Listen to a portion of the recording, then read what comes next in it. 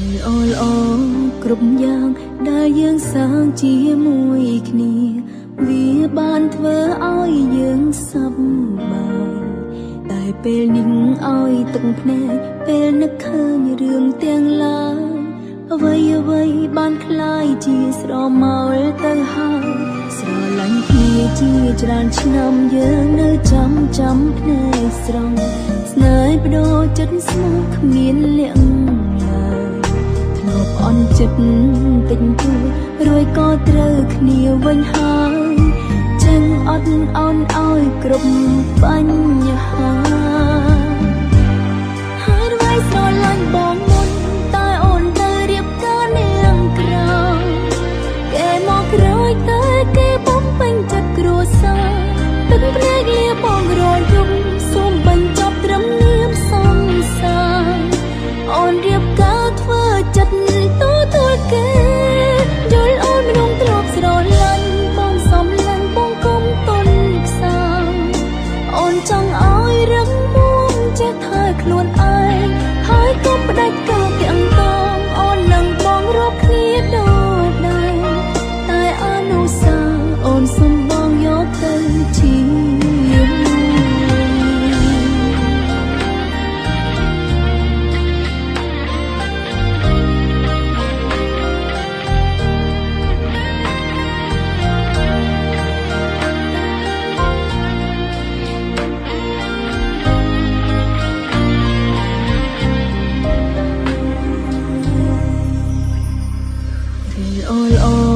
គ្រប់យ៉ាងដែលយើងសាងជាមួយគ្នា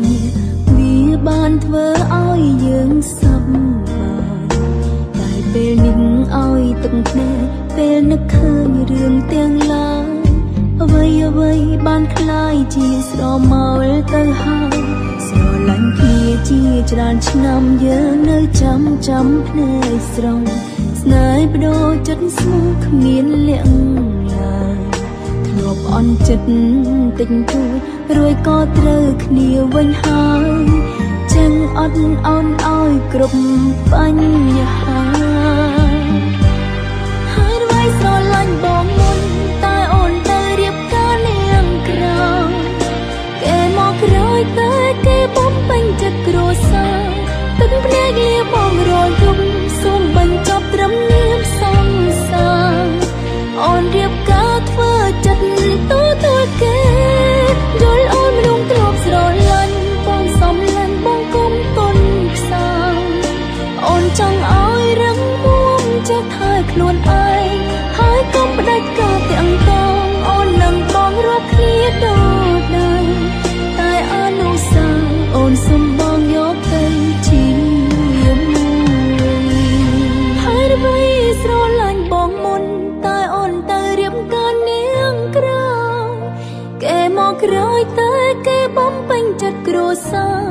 ទឹកភ្នែកលាបងរយយប់សូមបញ្ចប់ត្រឹមនាមសង្សារអូនរៀបការធ្វើចិត្តគេ